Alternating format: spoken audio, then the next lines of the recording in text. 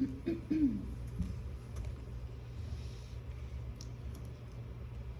name's Thad, and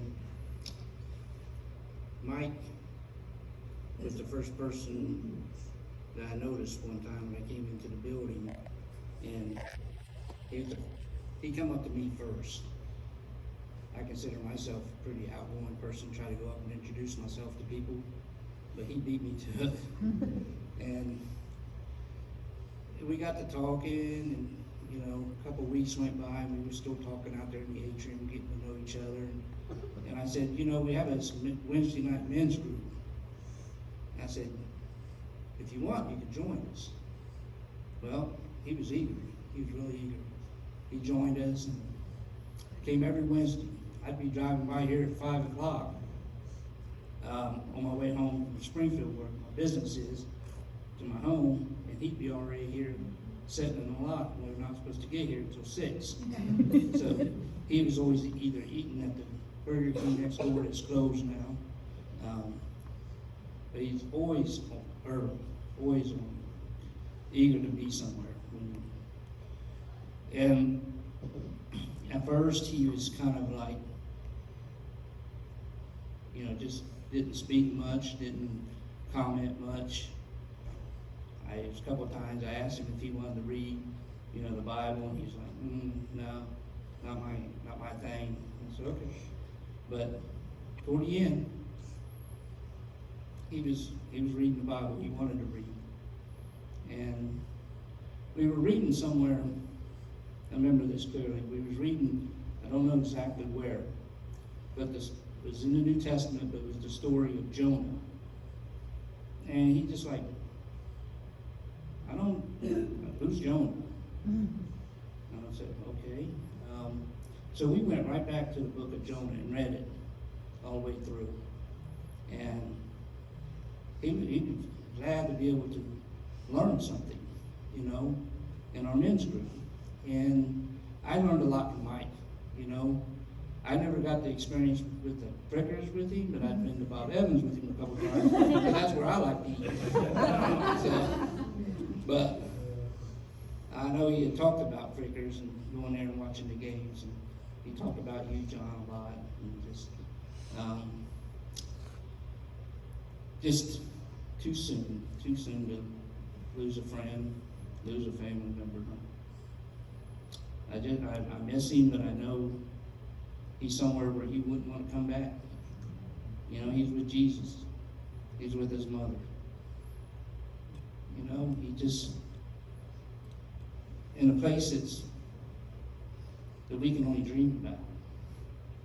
That we can only, as one singer says, I can only imagine. That's the song. And I just imagine Mike looking down on us right now, and as we're celebrating his life and the journey he made during his life.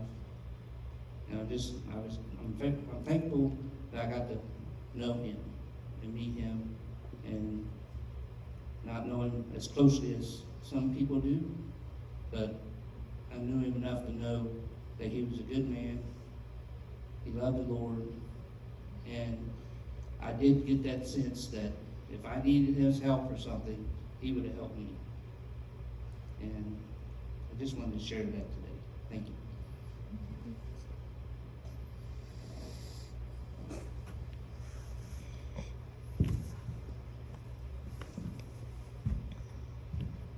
So I don't have anything written down, so we'll try to get through it.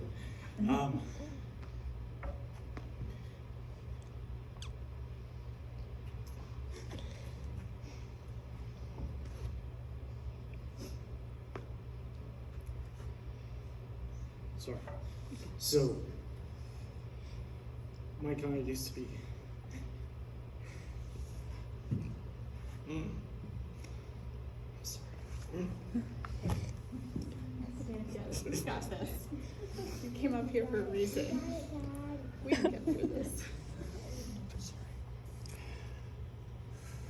So,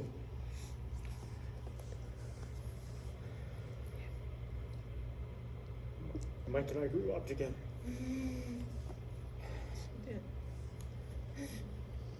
Okay, I'm gonna just fast forward to the end part. So the end part is just, I always remember him. Because he and I kind of got God as a bigger part of our life around the same time. And I always remember coming home. And when I felt like I had done something awful, or like I was garbage, because everybody does bad stuff, right? Yes, we do. Mike could always be the first one to just, we talk about David, right? David in the Bible, right? Sent his friend off to die, right? Not a good dude, right? But still God loves him, right? And we would talk about that, and Mike could talk about how he had experienced God's grace and how he just had this humility and this understanding of God's grace. And I just wanted to share that. That's what I always remember about. So that's all I got.